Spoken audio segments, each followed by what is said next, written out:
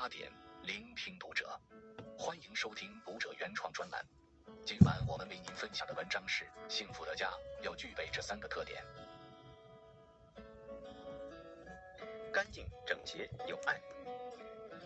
中国阿联酋两国建交35年时，迪拜酋长穆罕默德特别邀请中央广播电视总台拍摄组全方位走进他的工作生活。迪拜酋长带记者自驾游沙漠，穆罕默德酋长一边开车一边侃侃而谈，和央视记者聊起了童年的小故事。提起沙漠，你会想到什么呢？烈日、骆驼，还是想起来就口渴？迪拜酋长穆罕默德却说，他想到的是愉快的童年和温馨的篝火，当然还有非要和他挤在一张床睡觉的小蝎子们。穆罕默德酋长7、8岁的时候，他的父亲就把他送到了部落长老那里学习狩猎。寒冷的沙漠夜晚，一张温暖的床是最幸福的存在，但他却每晚都要被蝎子咬醒3、4次。部落长老就把篝火燃后的灰烬敷在他的伤口上，帮他减轻疼痛，并且吸收毒液。后来他便学会了要在睡前检查床铺，并且对蝎毒有了一定的免疫。此后他便常说，并非所有伤害你的东西都是邪恶的，有时疼痛会教导并保护我们。对于穆罕默德酋长来说，沙漠是富饶的，教会了他生存的本领，培养了他坚毅又果敢。看了这则新闻，激起我心中的涟漪。看看我们的家，何尝不也令内心柔软呢？刚搬进新家，因前房东常年不在家，屋前屋后像垃圾场似的，楼上乱扔垃圾也没有人管，周边绿化带里杂草丛生，还夹带着垃圾，很不卫生。和新装修的房子相比，很不相配，为此决定建花园，除草松土锯木头，挖地捡石头，去粗存精，直到泥土变得细腻，挖出来的石头铺成小道，木棍扎进园子四周围成圈，还做了一个篱笆门。渐渐的，花园的大概样子出来了。以后不间断的修补、种花、浇水、施肥等等，虽然付出了很多汗水，但全家乐在其中。花园里种过郁金香、菊花、芍药等，还留了一块地供儿子管理。他把吃完的牛油果核种在了地里，小小精灵精心呵护着，等待发芽。每当夜晚刮风，还惦记着园子里的花是否被吹倒。因付出劳动才特别关心，为此儿子还写过文章。老师评论说写得很生动，儿子特别开心。自从有了花园，邻里关系变得融洽，楼上再也不乱丢垃圾了。花开的时候也会吸引路人的目光，清晨鸟语花香，自己站在窗前，感觉那是多么的舒心惬意啊！都说家是温暖的港湾，家庭的环境与氛围对我们每个人都有巨大的影响。一个干净、整洁、温暖、有爱的家，滋润了我们的心灵，是儿女们长大后的骄傲。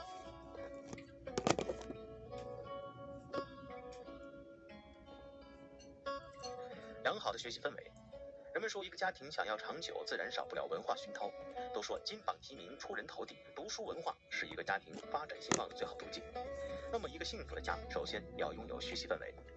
儿子每次做作业前有个习惯性动作，先拿出备忘录看下要完成哪些内容，再按各学科依次开始。他做功课时注意力十分集中，每完成一个都要在备忘录上打勾，表示已完成。这时候家里非常安静，发出的声音更多的是儿子写错或者是翻书本的声音，爸爸敲着键盘的声音，偶尔3、2人短暂的交谈声。记得去年远方侄子来家里做客那段时间，侄子要看电视，儿子一个人关上了门，在屋里做作业，其他大人都陪着侄子在外屋看电视，尽量把音量调到最低，并哄着小侄子别去打扰哥哥的学习，但效果还是不好。从儿子的作文里全能体现出来。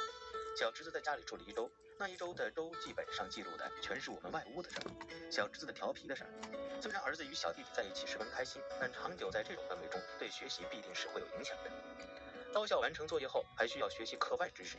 每晚全家人最少保证1个小时阅读时间，通过阅读增长知识，懂得道理。大家看得起劲时，家里非常安静，有感想发时随时可以发言。我们仨一起交流读书心得，那氛围很充实。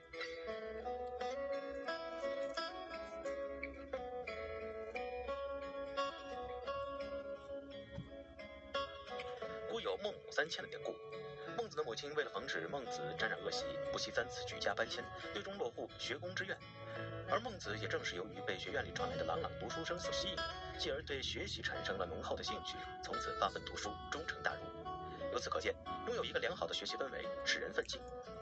知乎上有人说，要给孩子创设一个良好的学习氛围，孩子要有自己固定的学习地点，至少一张书桌、一盏台灯。父母则以身作则，陪他学习时不要去打扰他，自己也看看书、写写字、学习。说得很对。比如很多次教师来家访，第一个就问小朋友有没有固定的自己学习的房间，是不是家长本人陪读，注意督促，有不对的地方及时指正等等。孩子如此，已经工作多年的我们投入紧张有趣的工作氛围时，有没有发现，在高压下工作效果非常好？如果老板不在，那天特放松，绷紧的弦松懈了，当天的工作很难完成。下班写日志时懊悔不已，这也是种氛围在起作用。有压力的状态下，工作效率会又高又准，很高效。在好的学习氛围中，可以收获知识、乐趣，得到成长，养成了这个好习惯，会受益终生。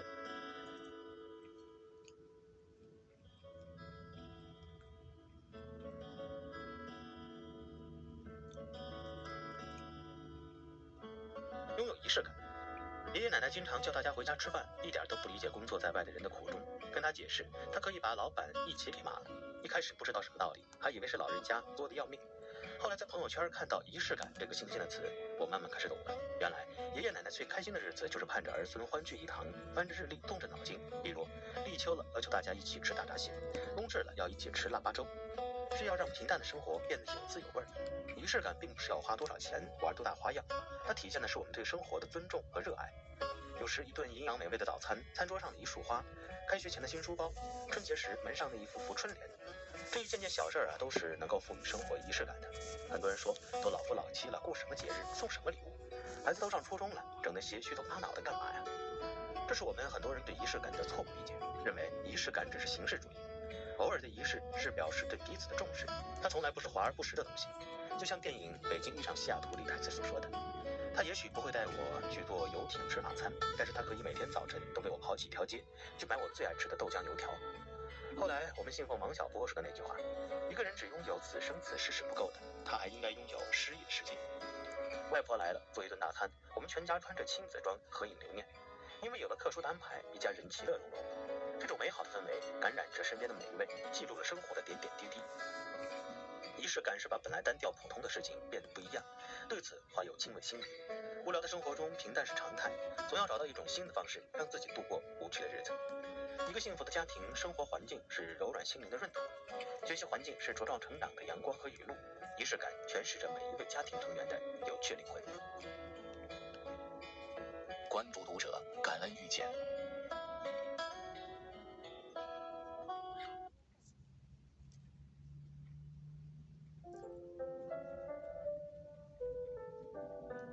每晚8点，聆听读者。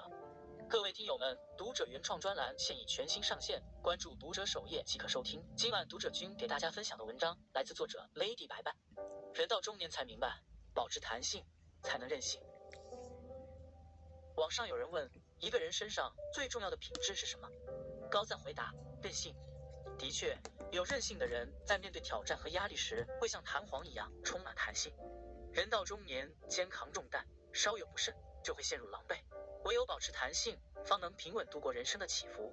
其实不只是心理层面，时间、金钱上的弹性也能够让我们在不确定性面前少一分慌张，多一些从容。以弹性对抗不确定性，是余生最清醒的活法。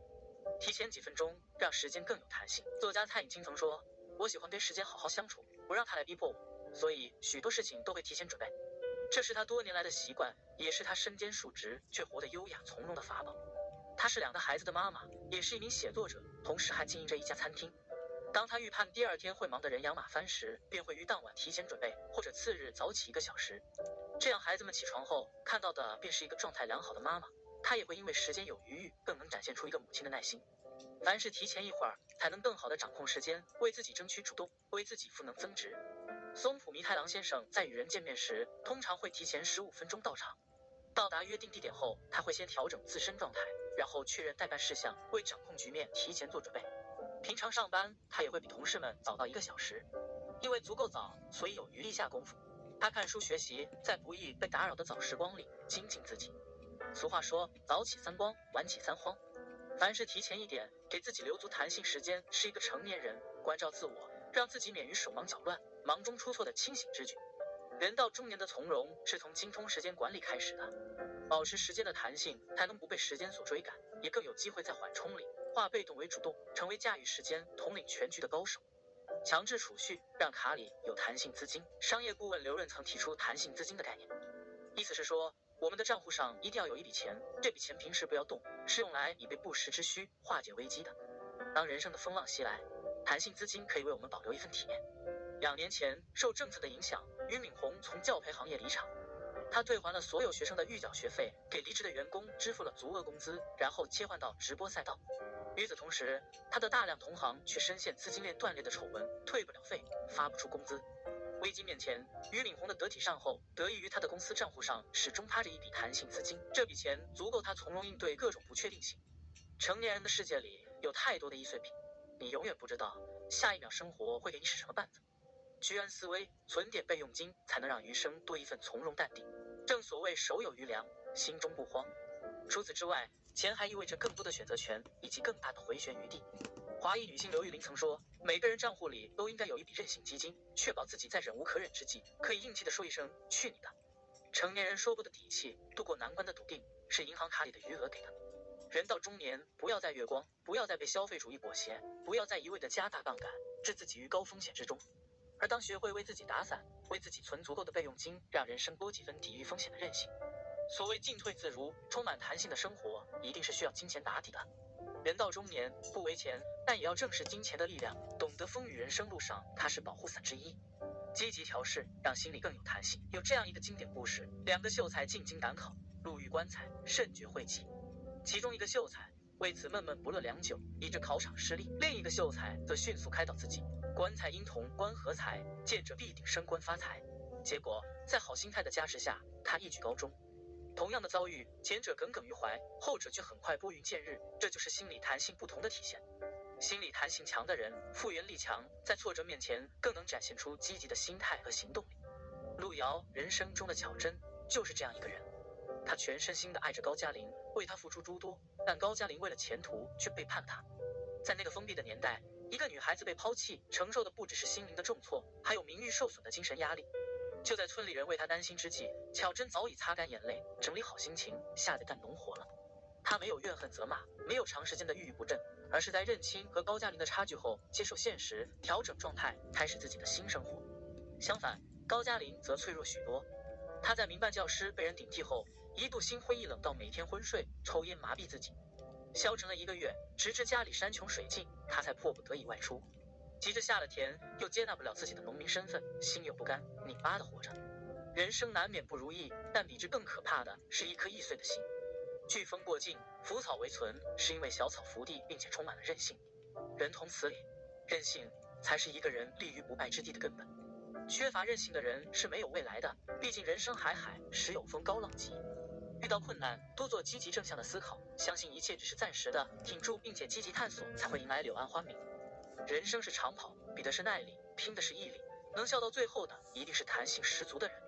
写在最后，张爱玲曾说，中年以后的人常有寂寞之感，觉得睁开眼来全是依靠他的人，而没有一个人是可以依靠的。人到中年，给家人庇护，做自己的靠山，需要的是方方面面的弹性。锻造出弹性，才有资格任性。凡事提前有所准备，才能换来慢一点的任性。强制储蓄，余额充足，危机到来时才有不慌的韧性。乐观向上，积极行动，困难降临时才有不怕的韧性。关注读者，感恩遇见。每晚8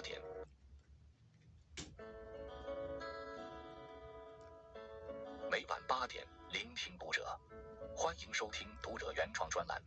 今晚我们为您分享的文章是：幸福的家要具备这3个特点。每晚8点，聆听读者，欢迎收听读者原创专栏。今晚我们为您分享的文章是：千万别让拖延毁了你的人生。拖延症是因为懒吗？看过这样一则寓言故事，有个和尚想去南海朝圣，方丈就说：“那你就快快启程吧。”和尚答：“不行，我还没准备好，我得先下山化缘，积累盘缠。”过了1个月，方丈问和尚：“你准备的怎么样了？”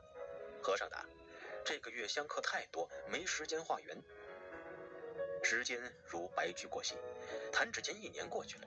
方丈再次问和尚：“准备什么时候出发？”和尚答：“最近天气不好，阴雨缠绵，等天晴了我就走。”方丈听完摇摇头，没有说话，心里却想，和尚大概一辈子都去不了南海了。这个和尚就像生活中的我们，说好了要减肥，却管不住嘴大吃大喝，心里头还不忘安慰自己，明天再开始也来得及。早上决定下班前要交稿，结果没写2句就拿起了手机开始刷朋友圈，等到下班了才想起今天的任务完成不到10%。古诗云：明日复明日，明日何其多，我生待明日，万事成蹉跎。我也是个严重的拖延症患者，尤其在写稿这方面，不到最后一刻绝对不行。有时候指天发誓说今天完成稿子，往往是发誓有多坚决，反悔亦有多坚决。前面和尚的故事自不必说，去南海并不是必须要完成的事情，拖延的后果不过是完不成心中所愿。但于我而言，写稿是必须要按时完成的工作任务，拖延会影响工作效率，再严重点会让我丢掉饭碗。既然如此，为什么一定要拖到最后一刻才去做呢？很多人觉得拖延症是因为懒，真的是这样吗？还是说拖延症背后隐藏着其他不为人所知的秘密？你要管理的不是时间，而是自己。提到拖延症，人们总会下意识觉得这是时间管理问题，但把《时间当作朋友》一书中，李笑来却说，时间是无法管理的，你不可能对着时间大喊，时间你给我慢一点。当然，那些被人们熟知的且津津乐道的时间管理原则也是存在漏洞的。比如要事第一当中说，先把任务分为重要的和不重要的，再把任务分为紧急的和不紧急的，然后挑选重要的而又紧急的任务优先执行。这个原则理论上是没有问题的，但实际效果往往不尽人意，因为你终将发现自己并没有足够的能力和认知去区分一项任务是否重要，是否紧急。就像少年时代，老师说学习方法很重要，但是你的认知没有达到那个水平，老师再苦口婆心也枉然。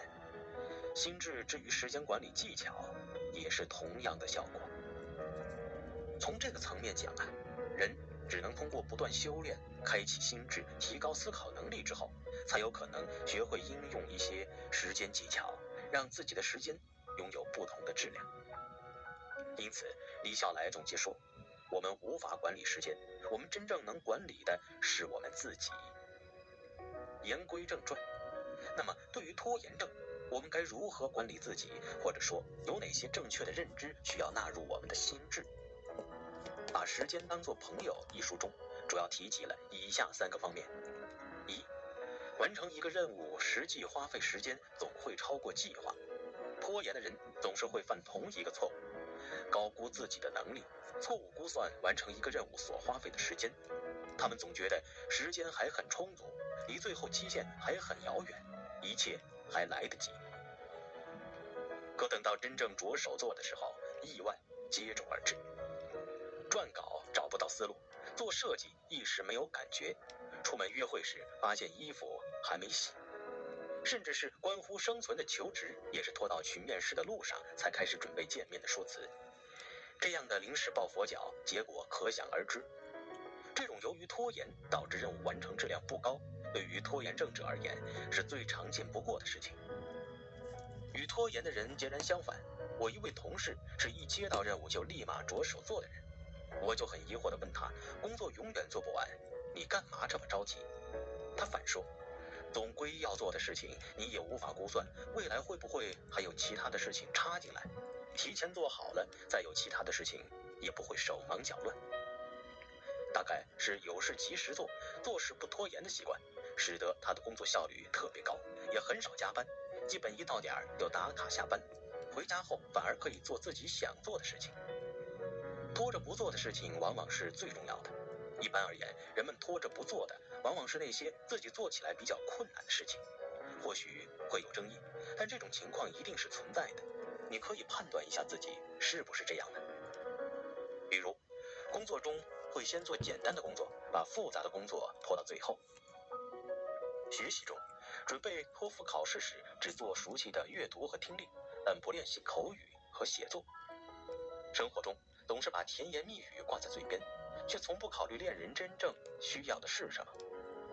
这些问题都是源于同一个习惯，专做简单的，回避困难的，有点类似于人性当中的趋利避害。在文章开头提到我自己的拖延，其实也是这个缘故。不过这也很正常，毕竟拿手的简单的容易获得愉悦感和成就感。但我们要明白的是，一件事或者一个任务中相当重要的一部分通常都是困难的。意思是说，你现在拖着不做的事情，一定程度上决定了你在这条路上能走多远。下次再拖着某事不做的时候，不妨告诉自己这句话：人只要开始做事，就有失败的风险。拖延的人往往会因为拖延焦虑到不行，可尽管如此，他们还是迟迟不行动。一笑来说，他们这是因为害怕做错和做不好。其实只要开始做事，人都要面临出错失败的风险。这原本是每一个人都会面临的事情，但患了拖延症的人犯了一个简单的认知性错误，即认为那些能够把事情做对做好的人都是直接做对做好的。没有什么可以一蹴而就，除了少数极有天赋的人，大多数人之所以做得好，是经历过一次次失败，汲取经验教训后才达到的效果。因此你大可不必恐惧，人但凡开始做事，就一定会出现问题，这是无法改变的现实。而所有做对做好的人，都是一路磕磕绊绊走过来的，这是生活常态。把时间当作朋友，战胜拖延也不能只靠提升认知、开启心智，还得结合实践，对症下药，步步为营。如果你也想早日摆脱拖延症，不妨认清自己的症结所在，再结合下列2种方法加以改进。记录开销一般指在日常生活中有记账习惯的人，会通过记录每一笔花销来达到理财的目的。应用到时间上也是如此，切切实实地把自己每天做的事情以及花费的时间详细记录下来，以便搞清楚自己的时间都用来干什么了。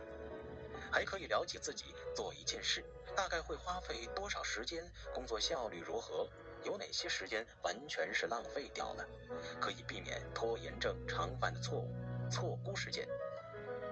跟理财记账一样，这是一件很难坚持下去的事情，但越难坚持，越说明它很重要。制定时间预算，在第一个练习的基础上，我们还可以养成另一个好习惯，每天制定时间预算。开始一天的活动之前，花15至30分钟制定当天的时间预算，绝对是特别值得的事情。很多效率专家都是这样做的，毕竟磨刀不误砍柴工。制定时间预算最直接的方法就是制作一个列表，把每天要做的事情列出来，并估算每项任务大概要花多长时间。开会30分钟，跟客户沟通20分钟，写作3小时。这还是简单版的，在进阶版当中，你还可以写下每项任务大致对应的时间段，然后更高效地完成任务。一眼看上去，上面2个方法都太过简单，没啥大用，但在李笑来眼前，这是特别重要的事情，因为只有这样，才能清楚地感知时间，从而更有效地利用时间。按书中的话来说，就是人只有在真正了解了自己，精确感知时间，而后想尽一切办法使自己及自己的行为与时间合拍，才能达到更高的境界，与时间做朋友。提升认知，开启心智，是为了了解自己；记录时间开销，制定时间预算，则是为了感知时间。让2者合拍，与时间做朋友，则需要我们与漫长的人生中不断地去修炼。可能你我都无法达到把时间当作朋友这样的高度，但可以尽可能的去接近这样的状态。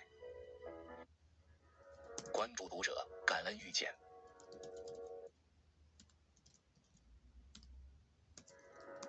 每晚8点，聆听读者，欢迎收听读者原创专栏。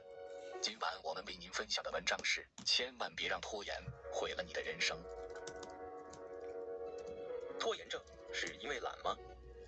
看过这样一则寓言故事，有个和尚想去南海朝圣，方丈就说：“那你就快快启程吧。”和尚答：“还没准备好，我得先下山化缘，积累盘缠。过了1个月，方丈问和尚：“你准备的怎么样了？”和尚答：“这个月香客太多，没时间化缘。”时间如白驹过隙，弹指间1年过去了。方丈再次问和尚：“准备什么时候出发？”和尚答：“最近天气不好，阴雨缠绵，等天晴了我就走。”方丈听完摇摇头，没有说话，心里却想：和尚大概一辈子都去不了南海了。这个和尚就像生活中的我们，说好了要减肥，却管不住嘴大吃大喝，心里头还不忘安慰自己，明天再开始也来得及。早上决定下班前要交稿，结果没写2句就拿起了手机开始刷。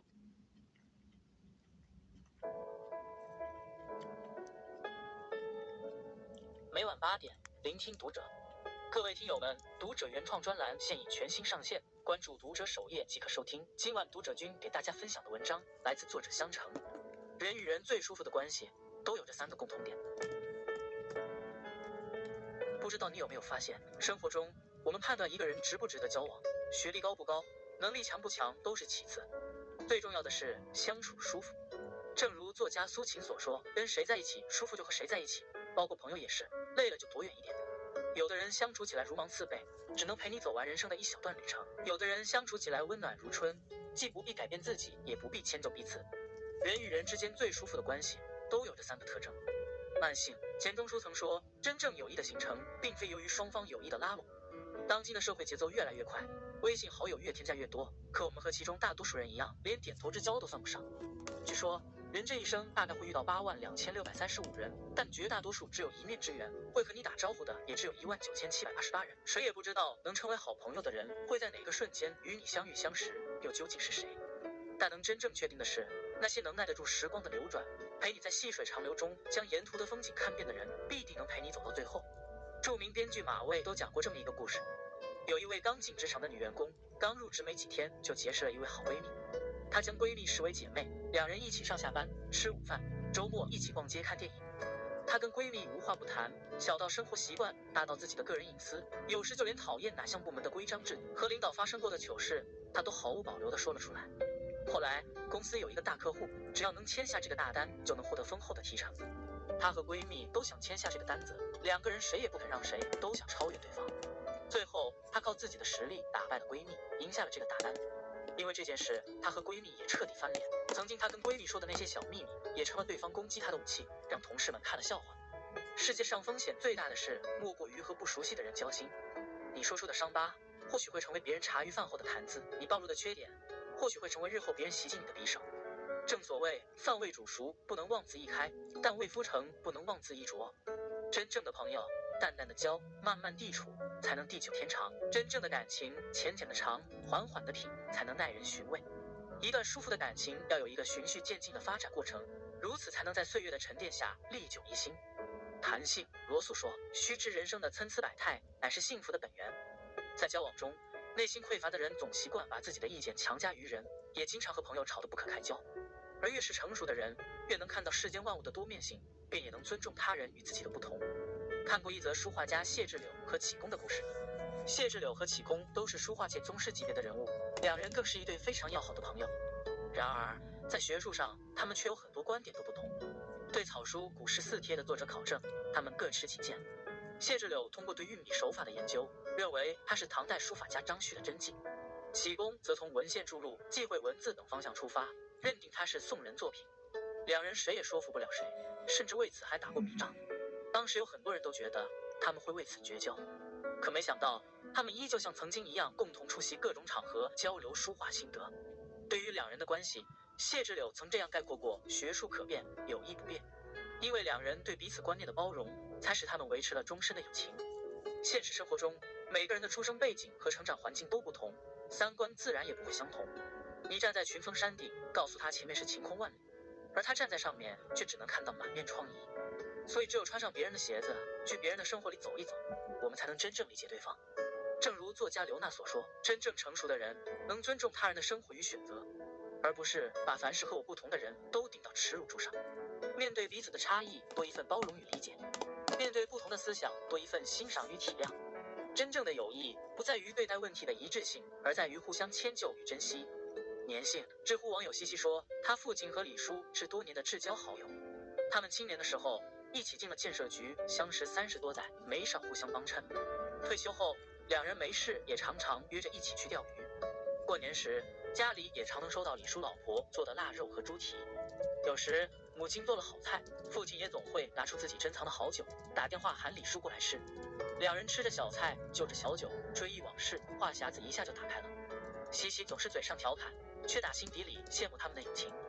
很喜欢一段话，好的人际关系就像一棵树，平日没事浇点水，打理打理，偶尔能看到几朵漂亮的花，赏心悦目，足矣。后来我们因为忙碌，时常忘了给它浇水，忘了打理，总以为来日方长，后悔必定会有期，于是把该有的重逢放到了不知何时才能到来的以后。可人生总是那么无常，世事总是那么难料。或许等你有空了，朋友早已走远，有些缘分可能错过这一次，就再也没有下一次了。在节目《出圈》中，陈志朋被主持人问及当年小虎队的成员现今关系如何，他回答道，他们现在很少联系，就算偶尔聚在一起，也已经找不到那种亲密的感觉了。可曾经吴奇隆总会骑车载陈志朋去学校和公司，怕他路上还专门为他准备便当。苏有朋比吴奇隆和陈志朋年龄都小，半夜里不敢入睡，他们两个就会陪着他入睡。然而随着小虎队的解散，各自单飞，时过境迁，疏于联系，曾经相濡以沫的感情早已被时光冲淡。你不联系我，我不联系你，当谁也不再主动，感情慢慢就变淡了。你怕打扰我，我怕唐突你，当彼此有了顾忌，情谊慢慢就变凉了。有句话说得好，人跟人之间的感情就像织毛衣，拆开永远比织得快，失去永远比得到快。感情再稳固，也要时常联系。人生不像电视剧，结局总能欢天喜地。两个人能走多久，靠的是细水长流的陪伴与珍惜。不一定要天天见面，但要时常关心问候；不一定要刻意维系，但需要用心去经营。人生海海，岁月匆匆，别让好的感情输给了不联系。歌德曾说，一棵树上很难找到2片相同的叶子，1000个人中也很难找到思想情感完全相同的人。人与人之间最舒服的关系莫过于，我理解你的立场，你尊重我的不同，尽管有差异，却丝毫不影响我们的相处。慢慢了解，花更多的时间去认识彼此的性格与三观，慢慢相处，花更多的精力去包容对方与自己的差异，慢慢相守，花更多的心思去经营对方与自己的感情。趁年华正好，好好珍惜这份真情，不辜负，不敷衍。余生，愿你我都能拥有这样一段舒服的关系，互相温暖，携手风雨，共度流年。关注读者，感恩遇见。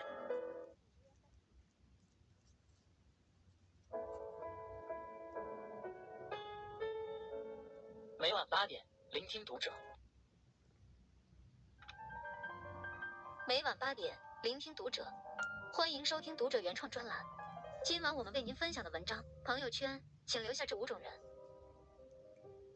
有一句话说得好，你的圈子里藏着你的人生。欲成为大树，就不要与小草比肩；欲成为雄鹰，就不与麻雀为伍。深以为然。我们每一个人都处在不同的朋友圈，同时也被朋友圈影响着，因此选择自己的朋友圈，就是选择自己的人生。与热爱学习的人在一起，会增长知识；与心胸宽广的人在一起，会放大格局；与善良的人在一起，会越来越慈悲；与勇敢的人在一起，学会坚强；与积极乐观的人在一起，懂得快乐；与有梦想的人在一起，会有远见和希望；与有责任感和使命感的人在一起，会有爱心和人格魅力。余生一定要将这样的人留在自己的朋友圈子里。高效处事、有序自律的人。知乎上有个问题，你身边自律的人对你产生了怎样的影响？高赞回答的一个网友说，他爸妈都是超级自律的人，他妈妈50多岁一直保持看书运动的好习惯，身材管理得非常好，跟他在一起都会被误认为是姐妹。他爸爸读书喜欢做笔记，父母的行为潜移默化的让他也养成了爱读书、爱学习的习惯，后来考上了研究生。前几天，校友阿忠的朋友圈发了2020年末总结，朋友们纷纷点赞。阿忠是一名律师，阿忠多年坚持记录自己的工作经验，累计27万字，坚持各种书籍的阅读，累计近300本。自律的人又可怕又可敬，他们身上有一股魔力，会感染到身边的人。前些日子有个新闻，一高校6个寝室，19个人全部考研成功，他们当中还有人曾挂过科。网友留言表示，跟什么样的人在一起太重要了。人们都认为优秀的人才自律，但实际上是因为先自律才变得优秀，这是一个因果关系。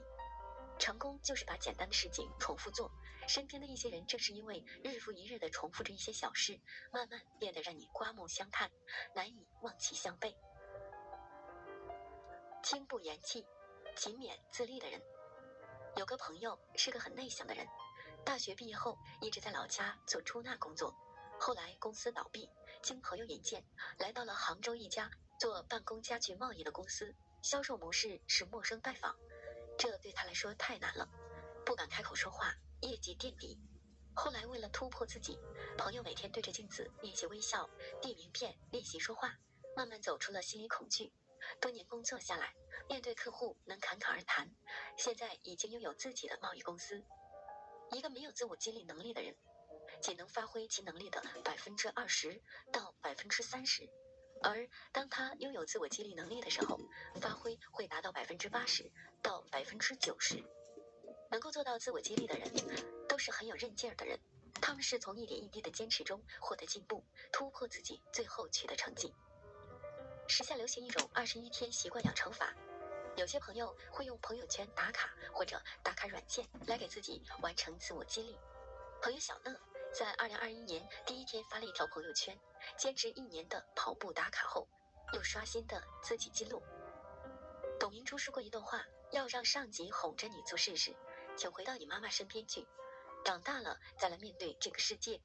这个世界的现实太残忍，你想过得更好，意味着你要加倍努力奋斗，而不是抱怨。这个不适合我，那个我不想做，这个我做不来，最终结果是我们输给了自己。是啊，无论在生活还是工作中，积极主动远比强迫做事情更能取得进步。先定下一个目标，然后想办法激励自己前进，这样的朋友总会给你带来鼓舞。热爱生活、自尊自爱的人。网上有个农民工手捧红砖朗诵《再别康桥》的视频火了。视频中，这位手拿红砖的农民工就是李小刚，今年35岁，平时主要在工地揽活，驾驶装载机为生。现在与妻儿住在神怒市城市结合部一套50平米左右的出租屋里。李小刚初中没念完，文化水平不高，但从小热爱文学的他，没事就爱看看书，写写诗歌。生活的压力并没有让他觉得苦，他反而学会苦中作乐，找到生活的正能量。网友们称他是工地徐志摩。做一个热爱生活的人，并不需要多少财富的积累、金钱的堆积、奢华的衬托，只需要一颗热气腾腾的心，一双发现美的眼睛和积极阳光的心态，就能把日子过得有滋有味。朋友给我讲过一个故事，他刚毕业租房子那几年，网购了一些材料，把房间装扮得很漂亮，每天回家心情就很好，每天用心给自己做顿饭，偶尔还买点鲜花回来做个插花。用他的话说，就是房子是别人的，但生活是自己的。只有热爱生活，才对得起逝去的每一天。毛姆曾说，那些活在快乐中的人，无非是选择了快乐的生活方式。虽然成年人的世界就是在各种不如意和崩溃中继续着，但真正懂得生活的人都会苦中作乐。既然生活不够灿烂，我们可以给它点颜色看看，让它绚烂。那些热爱生活的人自带光芒，照亮身边的每一个人。谨言慎行、自检自省的人。在知乎上看到一个话题，什么样的人会被讨厌？底下有个高赞评论，总是挑剔别人毛病，但是从来不觉得自己有问题的人。活法的作者稻盛和夫说，人生就像趟过一片充满诱惑的地雷阵，当我们穿行其间，多多少少会触及各种地雷，这是一件难以避免的事情。每当我们触雷时，能够进行怎样的反省才是关键所在。曾经有个新闻讲，一个男的去跟朋友喝酒，很晚回家，老婆催了好几次，等他回去后发现老婆把门反锁了，没办法，只好报警。警察来了，他还抱怨说，我都喝多了，本想着回家他能给我下碗热腾腾的面条，结果连家也回不去。民警只好劝夫妻双方，最后2个人都反思自己的行为，相信以后就不会再有这样的事情了。鲁迅先生说过，我的确时时解剖别人，然而更多的是更无情面地解剖我自己。学会自省的人，才会凡事从自己身上找原因，而不是一味地去责备别人。任何成长都是在反思总结下进行的，只有一次次反省自己走过的路、做过的事，不逃避问题，理性面对问题，才能成为更好的自己。懂得自省是一个人的修养。温和明理、经济自谦的人。曾经在一个论坛里看到这么一个帖子，该网友吐槽他们单位有个部门经理，仗着自己是名牌大学的高材生，脾气特别大，总是高高在上的感觉，经常在办公室翘个二郎腿，指使这个给他倒茶，那个给他跑腿。时间久了，大家都很讨厌他，有人打报告给老板，最后被开除了。一个人再有能力，如果总是高高在上的感觉，没有亲和力，那也不会有人喜欢。有句话说得好，人因自谦而成长，因自满而堕落。懂得自谦的人，才知道自己的不足，才有成长的空间。石油大王约翰·洛克菲勒曾说过，当我石油事业蒸蒸日上的时候，每天临睡前都会告诫自己，别让自满的念头冲昏头脑。我觉得一生中这种自我教育有很多益处，因为经过这样的自省后，我沾沾自喜、自鸣得意的情绪便能平静下来。人是很典型的环境动物，很容易受周围环境的影响而改变自己。如果在我们的朋友圈子里，有一个在努力折腾的人，有一个很优秀自律的人，有一个热爱生活的人，有一个乐观洒脱的人，那么他的存在也会改变你，让你变成这样的人。环境对一个人潜移默化的影响，往往会超乎你的想象。让我们优化自己的朋友圈，远离负能量的人，接近优秀的人。关注读者，感恩遇见。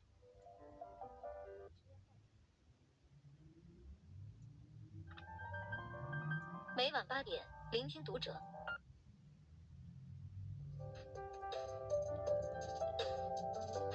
每晚8点，聆听读者。欢迎收听读者原创专栏。今晚我们为您分享的文章是：打开幸福的门，要有这3把钥匙。昨晚闺蜜聚会，看到了很久没有见面的兰。你气色不错啊，最近是不是遇到了心仪的人啊？姐妹们调侃道。没有，只是心态好而已。现在对于我来说，拥有健康的身体，每天读书，早早的睡，这样平淡的日子挺好的。其实对于兰来说，这3、4年来真的挺难的，现在能保持这样的状态真的不容易。2017年上半年，兰发现丈夫出轨，当时的她痛不欲生，陷入了两难。离婚吧，2个孩子都未成年，小的才6岁，孩子不在在身边不舍得；不离婚，自己心中的刺无法拔掉，日子呢也过不下去。经过了半年的挣扎，她终于下定决心离婚。离婚后，她独自带着2个孩子生活，虽然辛苦，但也其乐融融。可是这样的日子也不长久，法院法官的到来打破了这宁静的日子。今年6月，因前夫债务问题，她住的房子被强制收回，兰和2个孩子呢无家可归，只能暂住在娘家。这是多么大的打击啊！但是兰没有被打倒，仍是坚持上班，独自收拾心情，重新出发。一个热爱生活的人，无论生活本来的模样是怎么样的，都能扬起自己的风帆，活成自己喜欢的样子。兰就是这样一个人。一个人在困境中仍然能够认真地对待生活，那么心里一定是有爱，生命一定是闪闪发光的。我问兰，幸福的秘诀是什么？她说，就是保持平和的心态，坚持锻炼，拥有健康的身体，努力向上，持续学习，过好自己的生活。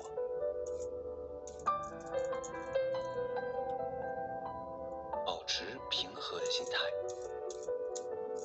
人生不如意事10之8九，只有那些不为昨天哭泣的人，只有那些坦然面对过去，勇敢面对未来的人，才能成为生活的强者。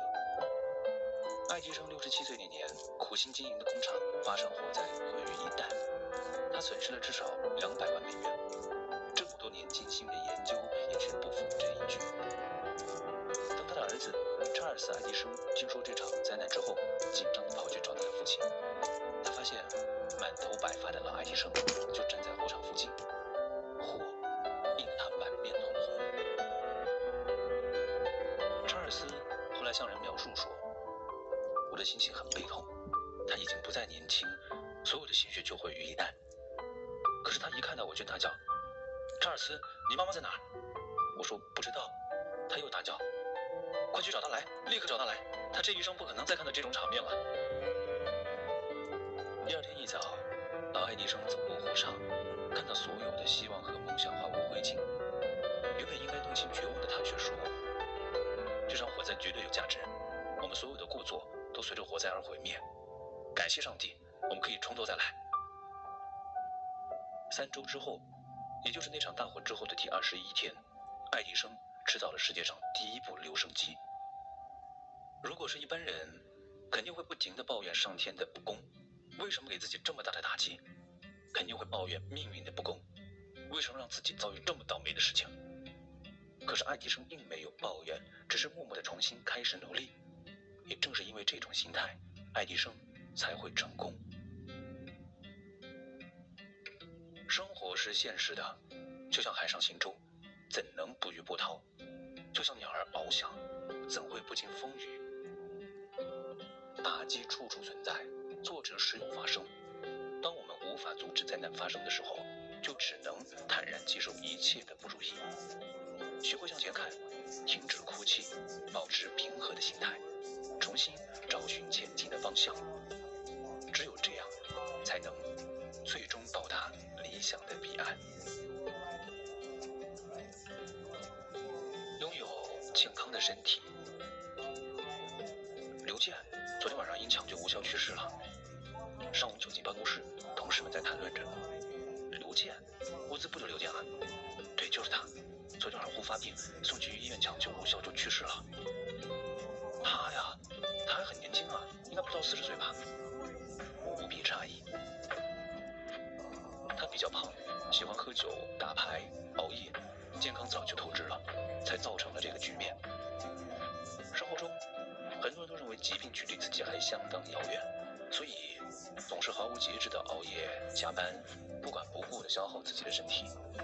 殊不知，一旦健康被过分透支，恐怕再也难有挽回的余地。为了自己，为了家人，我们真的要好好善待自己的身体。身体健康真的比什么都重要。复旦大学女博士于娟的故事为世人敲响了警钟，也为我们留下了关于生命的感悟。自从她健康状况出了问题，于娟就一直坚持反思。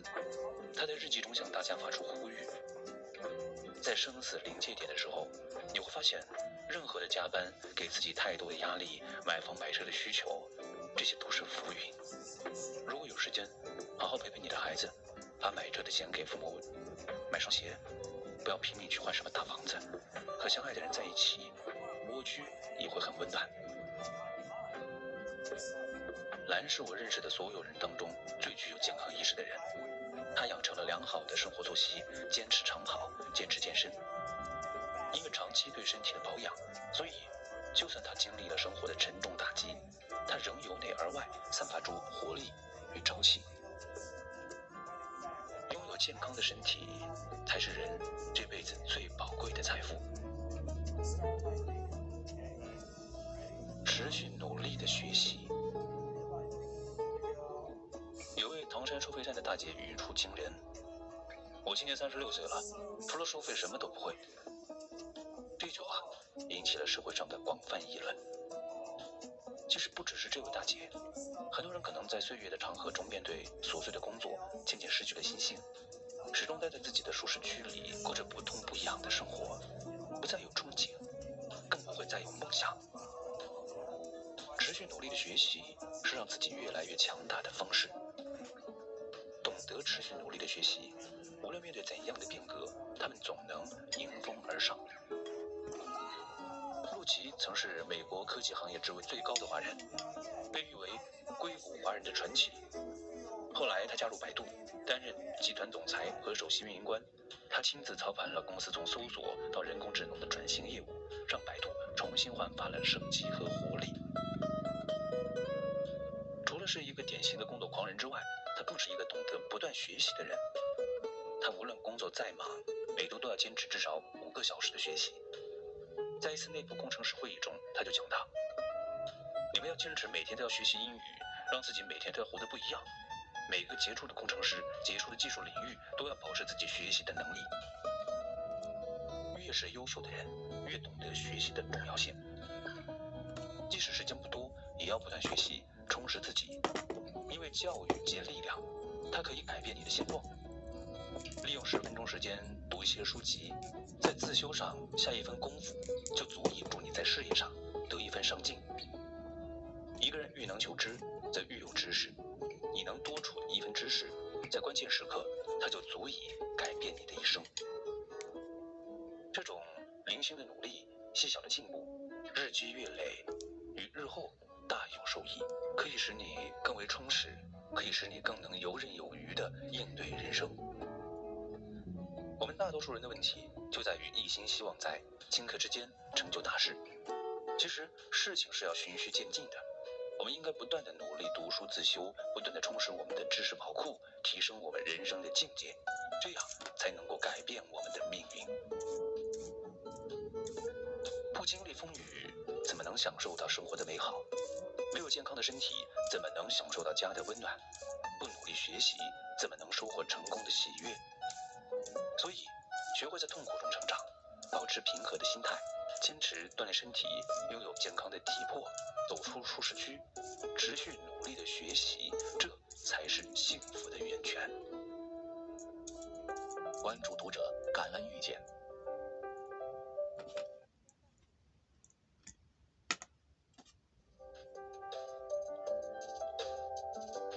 每晚8点，聆听读者。欢迎收听读者原创专栏。今晚我们为您分享的文章是：打开幸福的门，要有这3把钥匙。昨晚闺蜜聚会，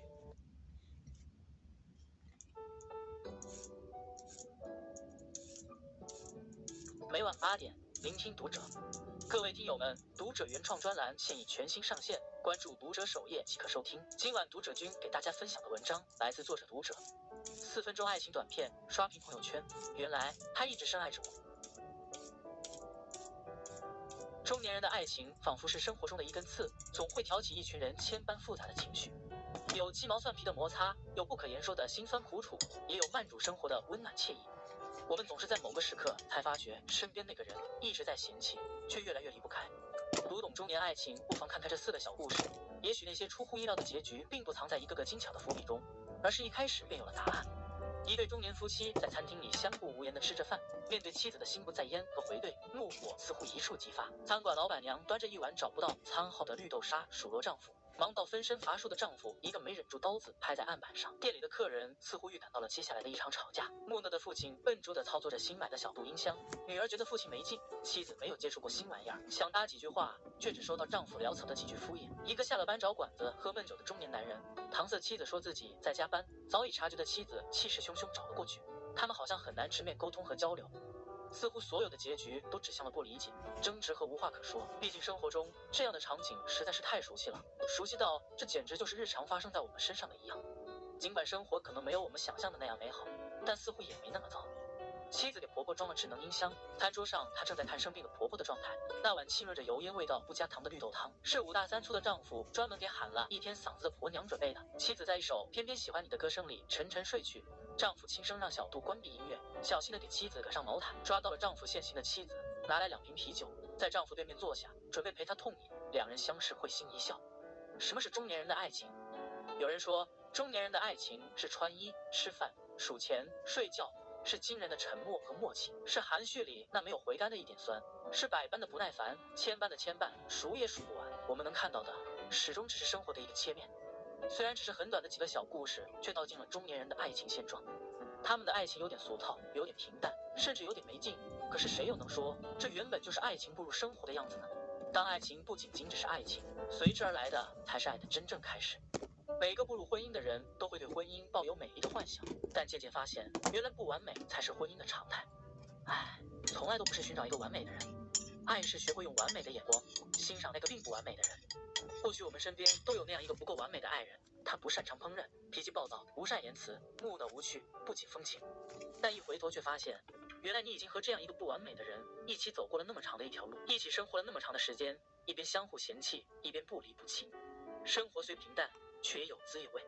中年人的爱情早已不再蜜里调油，你侬我侬，它更像是藏在生活中的一颗方糖，没那么甜，但会让人想起更甜的味道，甘之如饴。几个小故事的对白中不着一个爱字，无论结局是反转还是圆满还是心酸，都试图在说爱情可能没有那么美好，爱却无处不在。所以中年人的爱情究竟是什么样的？小杜的这支短片给出了一份生活的精彩答案。爱是我有点烦你，但请你知道我关心你。爱是一碗深谙口味的清粥，没来由的生气。爱是心照不宣的秘密。爱是寻常的称呼，一声又一声，一句又一句。正如视频末尾所说，生活有很多问题，陪伴是最好答案。支撑着我们走出半生的是推开家门的灯火可亲，是人间烟火的温情，是失意时刻的一句句我在呢。世间的一问一答都是陪伴。很多人想起了下班后坐在车里发呆的中年人。网友艾迪芊芊也讲过这样一件事。有一天晚上她老公加班，她一个人在家吃完饭，下楼买水果，在小区里看见了老公的车，她一个人坐在车里。她想等他出来，两个人一起上楼，结果等了半天也不见他下车。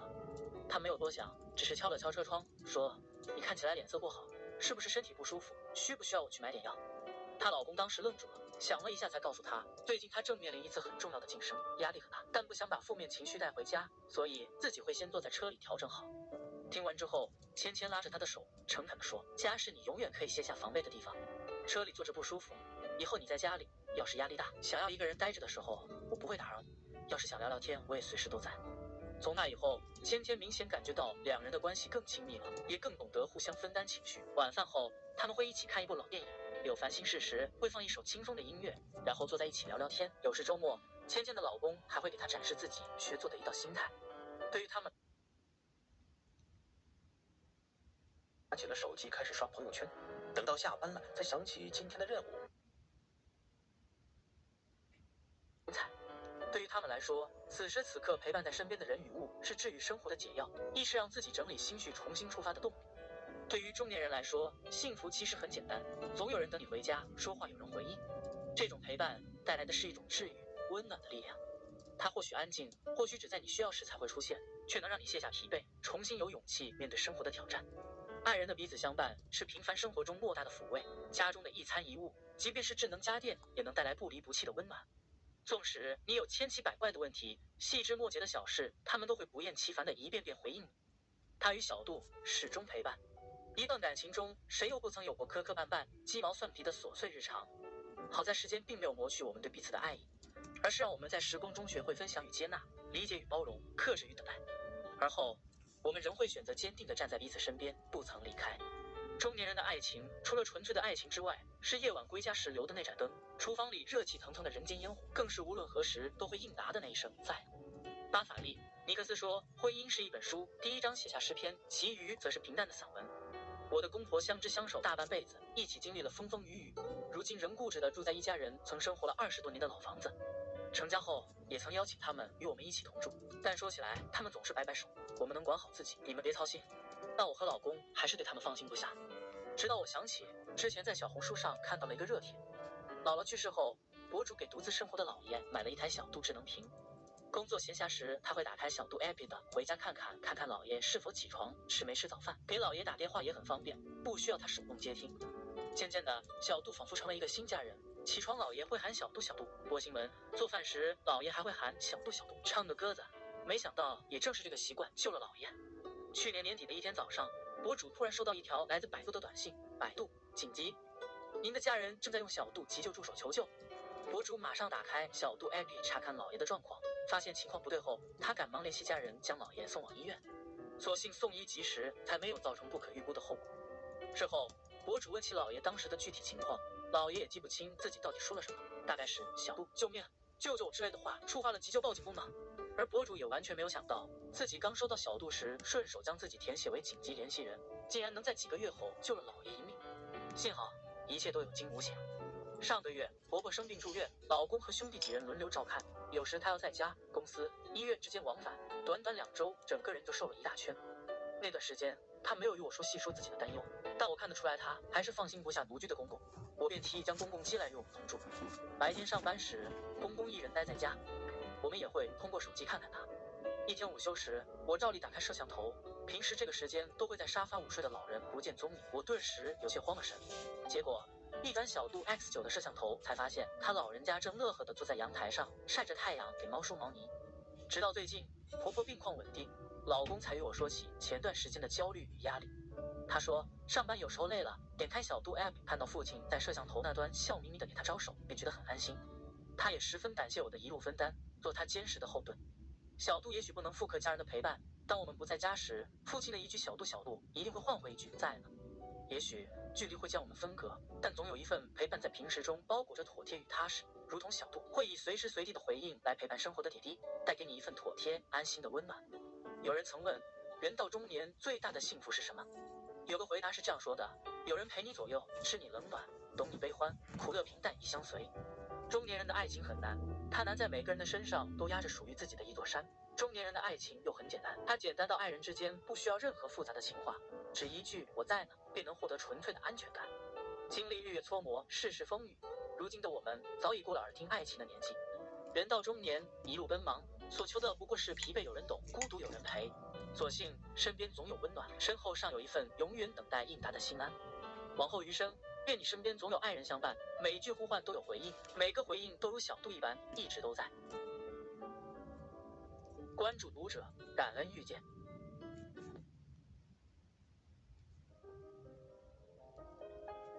每晚8点，聆听读者，欢迎收听读者原创专栏。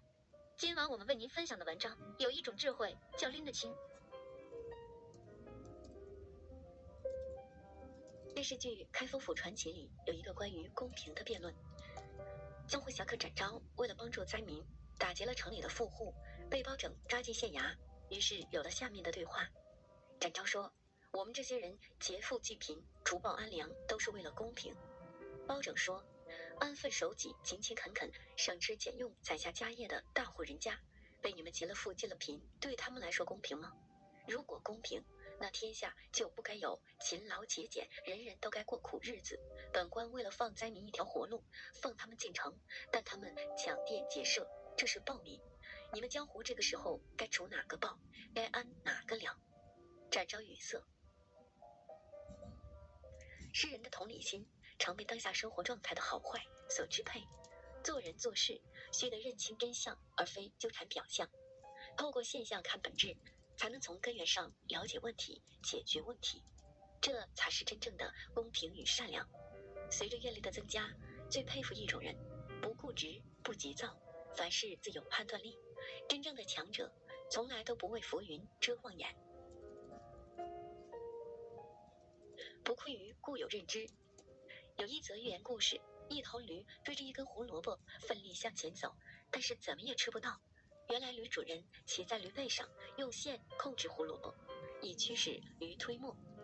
驴循着自己的生活经验和固有认知自顾走着，忘了抬头看一看是何缘故，所以只能做个糊涂虫。生活中也有许多这样的糊涂虫，以自己的生活经验为准则，忽视现实情况，为难了别人，也为难了自己。《宋史·赵普列传》里讲：“事不凝滞，理贵变通。”懂得随时随事变通，更新看问题的角度和能力，是一个人最重要的能力之一。电影《地球上的星星》里，主角伊桑非常淘气，逃学打架，捉弄巷子里的狗，成绩倒数，是个十足的问题儿童。伊桑的父母经常为他的捣蛋行为头疼不已，最后只得将伊桑送进寄宿学校。寄宿学校的代课老师尼克发现伊桑的作业里文字和字母的拼写顺序反了，相似的单词拼写错误，再结合伊桑平日里的表现，判断伊桑患有阅读障碍症。对症下药，尼克老师在课堂上用镜子反射原理辅助伊桑认字。鼓励伊桑动手做实验，发掘伊桑的绘画天赋。最终，伊桑在尼克老师的引导下，由问题儿童变成了天才画家，和家人重修旧好。其实，伊桑的父母很爱伊桑，只是他们以自己生活认知来判断伊桑的行为，导致关爱错位，对伊桑而言是痛苦的负担。幸运的是，有尼克这样的老师从细节中发现问题根源，对症下药，才让伊桑的生活充满阳光。盐铁论有言：明者因时而变，知者随事而治。很喜欢知乎上的一句话：下围棋的人，每一步有每一步的走法，乃至最终决定胜负的形式都没有一个固定的模式。人生亦如此，每一步有每一步的天地乾坤。凡事不轻易下结论。论衡里讲：事莫明于有效，论莫定于有证。凡事结论皆要有所依据，妄下论断往往激起不必要的矛盾。聪明人从来都不以眼前所见随意论是非定结论。几年前，我老家修建高速公路，有几位修路工人租住在我老家的房子。一次回家，撞见两人正在争辩饮食卫生问题。大意是汉宫李师傅去路口餐厅吃饭时，看见老板把客人没吃完的菜端进厨房，疑心老板把剩菜加工重新端出来卖，心里膈应，所以和领导申请换一家合作餐厅。领导薛工劝他说：你没在后厨亲眼看到，不能就这样给别人下结论。我会去店里调查清楚，你先不许张扬出去。薛工到店里问及此事，老板赶紧解释：剩菜倒掉可惜，就拿回后厨打包带给租住在我家的那些工人吃了。他们伙食条件不好，我没有收钱，一时好心，没想到带来一场误会。薛工离开餐厅，又托人向住在餐饮店老板家的工人求证此事不假。回去后，薛工说：这家店卫生没有问题，以后我们和这家餐厅常年合作。对于薛工的信任，店老板也感动不已，更加用心地准备工人们的饭菜。演在前场里说：凡事不能只看表面，要有凭有据才能做准。为人处事，这是一条金科玉律。表面意见，真相难求。凡事下结论前，一定要多思多想多求证，如此才能抓住真相，减少人与人的误会，把自己置于可靠的位置。判断力是一个人了不起的才华。作家林清玄曾邀请在百货公司工作的朋友吃番薯稀饭，朋友断然拒绝。从小就是吃番薯稀饭长大的，18岁那一年，我坐火车离开彰化家乡，在北上的火车上，我对天发誓，这一辈子我宁可饿死，也不会再吃番薯稀饭了。就这样，这位朋友20多年没有吃过一口番薯。对此，林先生表示，在贫困岁月里抚养我们长大的番薯是无罪的。童年时期的贫困乃是物资匮乏所致，不是番薯所致。只因番薯是日日可吃到的东西，而被当作贫困的象征，确实有些委屈。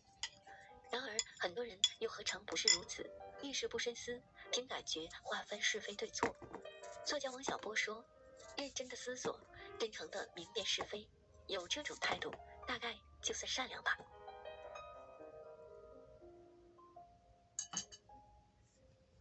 判断力反映的是一个人的能力、品德和价值观。认真的人能客观辨别原委，正确处理问题，赢得尊重。反之，判断错位，只会把事情越弄越糟。前段时间闹得沸沸扬扬的大连老人为出示健康码乘地铁被拒事件，就隐藏着许多无判断能力的人。地铁员工大声地要求老人出示健康码，却判断不出老人不是不愿意出示健康码，而是根本不知道健康码为何物。当这段争论的视频刚出现在网上的时候，不明事理的网友又为老人附加豪横老人的恶意标签，却不愿意深想一层，那一代人不善使用智能手机。若不是大连地铁集团清醒地认知该事件的本质，向社会公示细节原委，老人或许还要遭受网络暴力，声名不保。凡事要认真观察，客观判断，不可一刀切，也不可人云亦云。要知道，明辨是非对错的能力，才是运筹人生的资本。唐代高僧怀海禅师所传《赤修清观》里，木鱼相传云：于昼夜长行，克木象行击之，所以景昏晴也。寺里的木鱼昼夜长行，又以警示僧众昼夜不忘修行。俗世中的人又何尝不需要昼夜清醒来修炼自己与世界相处的能力？岁月消长，我们终会知道，不以固有眼光看事是成熟，凡事不轻易下结论是宽仁，保持客观判断能力是智慧。关注读者，感恩遇见。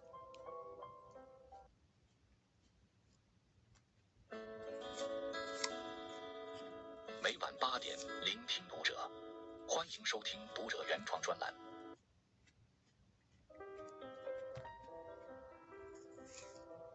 每晚8点，聆听读者，欢迎收听读者原创专栏。今晚我们为您分享的文章，所有开挂的人生都是从拒绝安逸开始的。袁隆平常说，我不在家就在试验田，不在试验田就在去试验田的路上。我是搞应用科学的，只有实干苦干，才能够实践出真知。袁院士即便已经全国闻名，身价千亿，却不住豪宅，不开豪车，在本该颐养天年的年纪，放弃了所有的安逸，去他所科学的更高领域。人都是喜欢安逸的，因为安逸之中没有烦恼，只有愉悦。而真正强大的人，都能够拒绝安逸，敢于向着未知探索，乐于提升自身能力，走向更广阔的未来。安逸会慢慢毁掉一个人，安逸就是一个人最熟悉、最舒服的状态。很多人都知道电影《肖申克的救赎》里，老布鲁克斯自杀了。他年少入狱，半生与世隔绝，早已习惯了监狱的生活，习惯了监狱图书馆馆主的位置。在那里，他是有一定地位的成功人士，受人尊敬。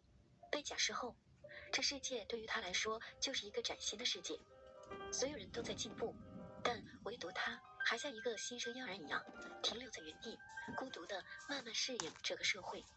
他一无所有，找不到存在的价值和意义。他无法适应不定点的个人活动，必须经过别人允许后才能进行活动。他每天做着噩梦，醒来之后更加惶恐与无奈。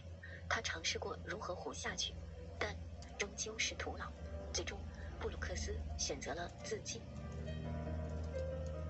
在监狱里，他是安逸的，这种安逸在他的内心形成了牢笼，他无法让自己走出内心的安逸，恐惧离开安逸环境后带来的未知。安逸并不是可以长久保持的状态，它只是画地为牢。安逸久了，就失去了抵抗未知的能力，开始迷茫和无助。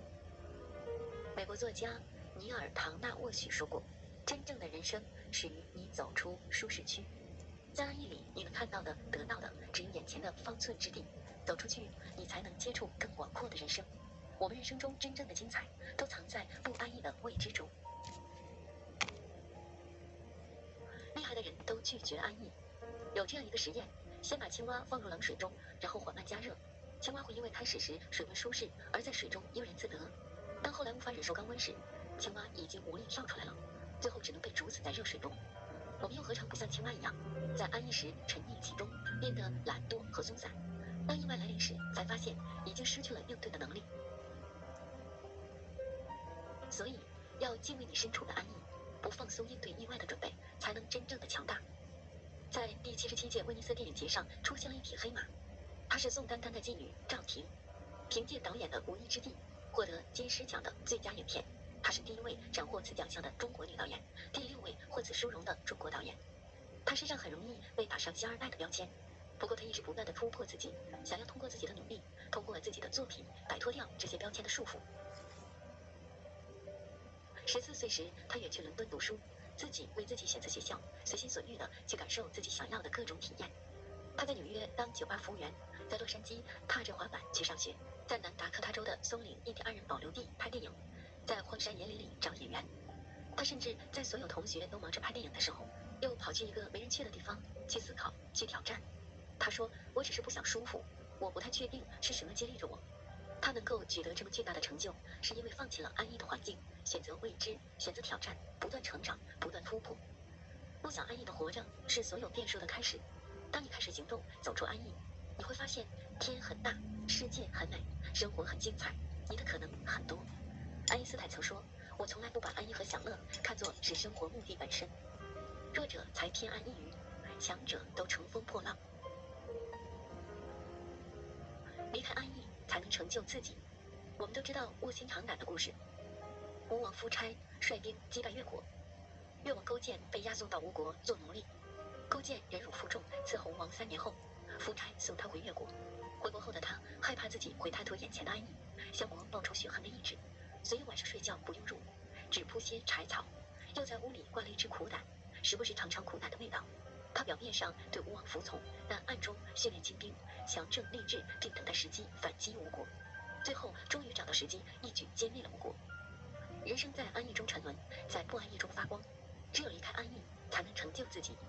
一位朋友家里很穷，父母都是出苦力的，住的是建了30多年的老房子。高考落榜后，他到了一家橱柜厂，从打杂开始做了2年，升到了技术员，薪水也从800涨到了7000。就在所有人都以为他会这么安逸平稳地继续生活时，他选择了辞职。辞职后，他用攒下的钱开了家做橱柜的小店。刚开始没有订单，他就向所有的亲戚朋友推销。听说谁家在装修，立刻就过去介绍自己的橱柜，早出晚归。周围的人对他充满了质疑和轻蔑，他还是固执地忙碌着，慢慢地接到了一些小订单，凭借品质和服务一点点积累，生意越来越大。后来开了公司，办了工厂，年利润达到了100多万。所有的安逸都是限制，选择走出安逸，勇敢面对挑战，才能看到更多的精彩，收获更多的可能。